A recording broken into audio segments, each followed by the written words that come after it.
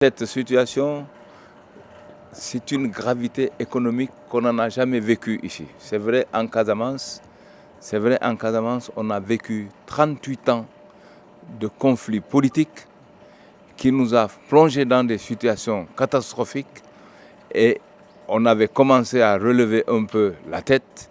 Nous voilà encore replongés dans une autre situation qui est une situation générale qui concerne tout le pays là.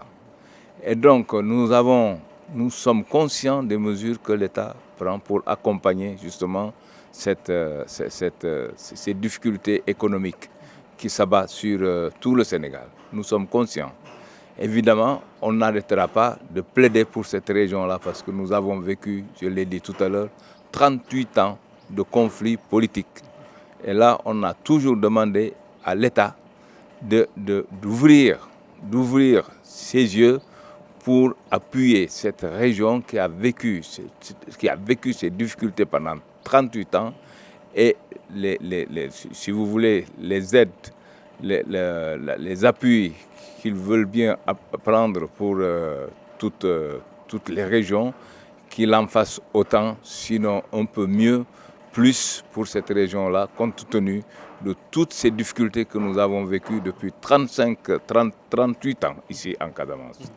Nous savons, Pascal, que les mois de mars, avril, mai sont des moments extrêmement dynamiques sur le plan économique en Casamance, avec notamment ce commerce de la noix d'anacarde.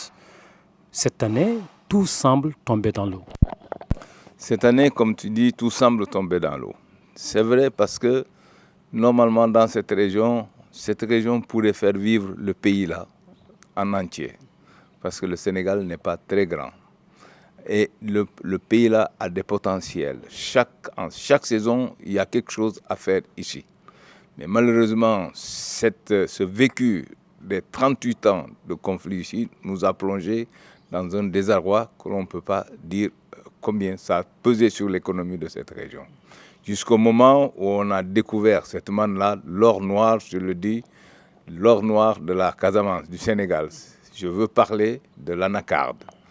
Il y a 3 saisons où tout le monde a vu ici, sur le port de Ziguinchor, les bateaux, les conteneurs qui venaient prendre ces produits-là et les amener par Dakar, transiter par Dakar et sur l'extérieur, sur d'autres cieux. Tout ça, ça a rapporté de l'argent, c'est à coût de milliards. Et donc, c'est pour ça que j'appelle, c'est l'or noir de la Casamance. Et donc, cette année, avec cette pandémie, c'est encore un autre souci.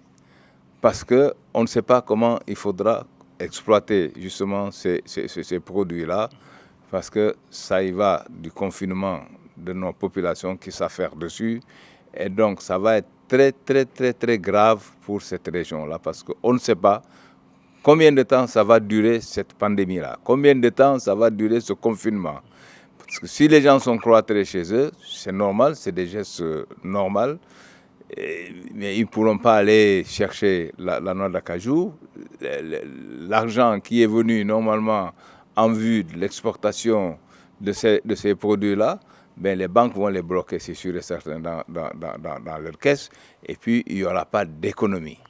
Il n'y aura pas d'économie. Et ça, il faut, encore une fois, l'hygiène, il faut que les gens fassent attention. Aujourd'hui, tout le monde est confiné dans sa maison. Mais nous voyons toujours des jeunes comme ça, là, qui sortent, des talibés, tout ça là, dehors. Ils rentrent de maison en maison. Ils demandent de l'argent, ils demandent d'autres produits. C'est normal. Mais on est en période de crise. On est en période de crise. Ces gosses-là, il faut les maintenir dans les maisons, les nourrir, les soigner quand ils sont malades. Et puis c'est comme ça qu'il faut faire. Parce que ce n'est pas normal qu'on puisse croître les autres dans le truc et tout ça, et qu'on laisse des gosses qui n'ont rien à voir dedans, pieds nus et tout ça là, en train d'aller de maison en maison, et on ne sait pas qui ils rencontrent dans les maisons, si c'est une maison infectée, si ce n'est pas une maison infectée, si ces gosses-là sont infectés ou pas. Il faut tenir compte de ces enfants-là. C'est l'avenir.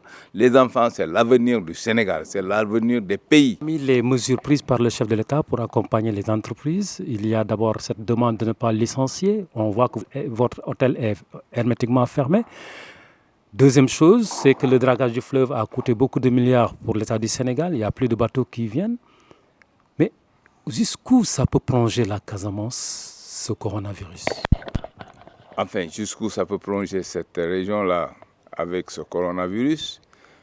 Comme je l'ai dit tout à l'heure, on a vécu 38 ans de conflit politique. Bon, on est toujours là, vivant. J'espère que ça ne durera pas longtemps, cette histoire de coronavirus, et que nous allons remettre nos populations au travail et que ça va être derrière nous dans peu de temps et qu'on va mettre notre population à contribution au travail pour remonter un peu cette économie au niveau de cette région parce que c'est difficile, mais il faut croire aussi. Il faut croire, mais croire seulement, ça ne suffit pas. Il faut des mesures, comme je l'ai dit, des mesures d'hygiène. Respecter les consignes qui sont données de manière à éviter que ce coronavirus se propage partout. Et puis, comme l'a dit le président de la République, le coronavirus ne voyage pas, c'est les gens qui le transportent. Donc restons dans les domiciles. L'appel du président de la République, c'est normal parce que c'est lui qui est à la tête de ce pays-là. Mais les premiers responsables, c'est nous. Nous comptons beaucoup sur notre personnel. C'est une des raisons pourquoi j'ai pris l'initiative de fermer l'hôtel pour ne pas jouer, je pèse bien mes mots, pour ne pas jouer avec la santé de mon personnel, pour ne pas jouer avec la santé de leur famille, de leurs enfants, femmes et tout ça là. C'est pour ça que j'ai dit il faut fermer cet établissement-là. Il faut les fermer. J'ai fermé aussi la chambre. Il n'y a que des gens qui viennent, une personne par une personne, le port de Ziguinchor, puisqu'il n'y a plus de bateau, il n'y a plus rien. On a dit on arrête. Plus d'activité au niveau du port, en attendant de voir comment il faut faire. C'est très lourd, mais notre personnel, nous tenons beaucoup à notre personnel. Même si le président n'avait pas dit ça, nous tenons beaucoup à notre personnel. Nous, ici, cet établissement, c'est une famille.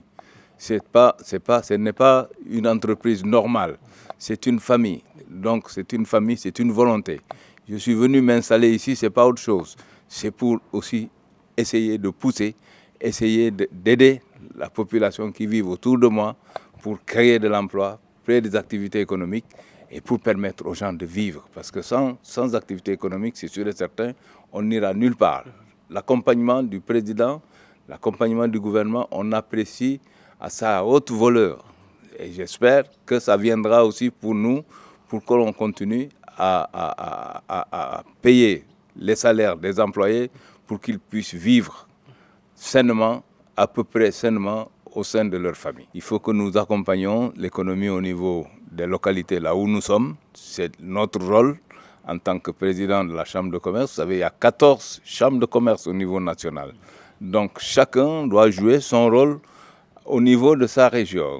Mais se battre pour l'économie, se battre pour qu'on instaure l'économie au sein de sa région, sa propre région d'abord, parce que c'est des tentacules. L'argent n'a pas de frontières.